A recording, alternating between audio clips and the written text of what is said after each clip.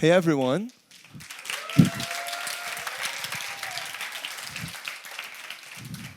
So before starting my talk, I'd like to ask to all of you to please take out your phones, please. Turn on your flashlights and raise them up.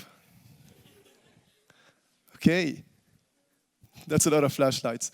I'm gonna then ask to please all of the people that weren't born in the month of July to turn off their flashlights. Okay.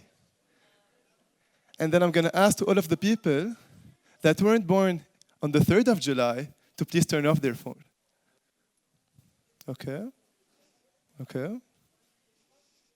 On the 3rd of July, guys. I can see many people born on the 3rd of July. Well, we can see 1, 2, 3, 4, 5, 6, 7. Okay. Does anyone here know what were the odds of this happening? 7 people born on the same day in this room. Well, I don't know either.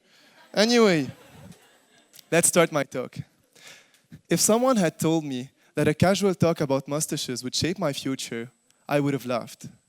Yet here I am, standing before you, with not one, but many stories about exotic subjects introduced in my conversations and unique opportunities I was led to. It's about those little personal add-ons that you put in a conversation, such as a compliment, a smile, or remembering something about someone. I'm here today to share with you the ways I define and use something called social intelligence. Now let's get back to this mustache talk. I was at my university, and a company hosted a coffee chat. Well, this coffee chat consists of, obviously, coffee, a buffet of small bites, and the senior members of a company that come and lay out the opportunities that they have in front of us and answer our questions about their company and their daily life. I was surrounded by a lot of people, across majors, across years, that wanted the same position as me. And they're all trying to stand out. Well, most of them use the same unconscious method.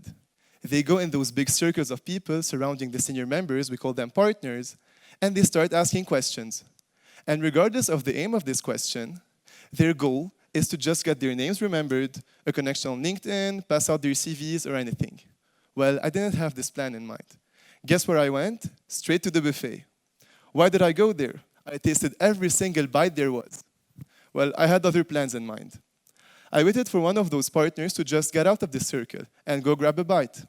He had a stunning mustache and some very good-looking glasses. I looked at him, and without even introducing my name, I just said, "Nice mustache and glasses." He was shocked, but charmed. He told me thank you. I would have never expected someone to tell me a compliment like this, especially in those conferences. I had a follow-up question. How do you shape it this way? I tried many times, and it didn't work. And for the next 10 minutes, me and a senior member of a company were talking about men's facial hair. This is the longest conversation in a coffee chat I've ever heard anyway. So after 10 minutes, this partner just shifted away from the conversations and was looking for the buffet, his initial goal. I told him, look no further. I tasted all of the bites here, and these are the 3 best. He tasted them and he liked them. After this genuine conversation, he pulled out his business card, gave it to me, and told me, you use this business card for 2 reasons. 1, if you have any questions about the application process, and if you need any help doing so. 2, if you have any questions about shaving your mustache or your beard.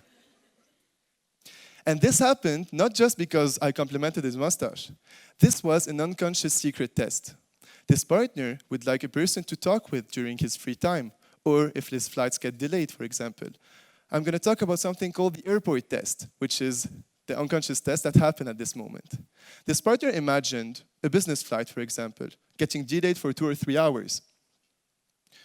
If it's delayed, you have to pass your time, right? You have to make your time pass, you have to discuss about subjects, and he doesn't want a boring person to stand with. He has to think, oof, at least I'm with him. I'm not going to waste my time.